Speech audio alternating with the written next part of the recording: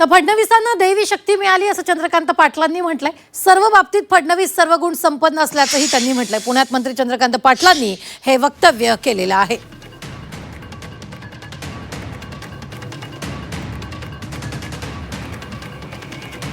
फडणवीसांना दैवी शक्ती आहे, मंत्री चंद्रकांत पाटलांनी हे वक्तव्य केलेले आहे. देवाभाऊ पुस्तक प्रकाशनावेळी त्यांनी हे वक्तव्य केलंय.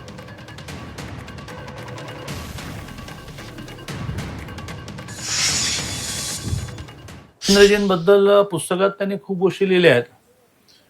खूप गोष्टी पुस्तकात लिहिता पण येत नाहीत. त्यातल्या जेवढ्या सांगता येतील तेवढं सांगतो. तर तुम्ही या अपेक्षेने माझ्याकडे पाहतात की काहीतरी सांगा. तर हे तर नक्कीच आहे की ह्या माणसाला काहीतरी दैवी शक्ती मिळालेली आहे. तर एका माणसामध्ये इतके गुण कधीच नसतात. म्हणजे तो संघटकीय असतो, तो राज्यकर्ताही असतो, तो मित्रही असतो, तो वाचतोही प्रचंड, तो लिहितोही प्रचंड, तो कुटुंबवत्सल आहे. आपल्या एक एक कुटुंब सदस्याच्या आयुष्यामध्ये घडणाऱ्या घटना लक्षात ठेवून तो अभिनंदन सांत्वन करत असतो. असं एका माणसाचं मिळणं अवघड असतं.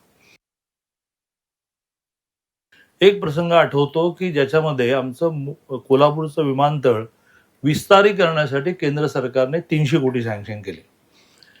पण ते पत्र मेल यायला वेळ झाला आणि आजच्या आज त्याच्यातले 20% म्हणजे 60 कोटी रुपये हे महाराष्ट्र शासनाने दिले तर प्रपोजल थ्रू होणार. मी आणि आमचे आमदार अमल माडिक धावत धावत धावत 6व्या मजल्यावर गेलो. तर हे खूप वेगाने एका कार्यक्रमाला निघाले. वेळ पाळायची असते त्यांना. मला पहिल्यांदा ते म्हणलं, दादा काय देवजी खूप अर्जंट आहे.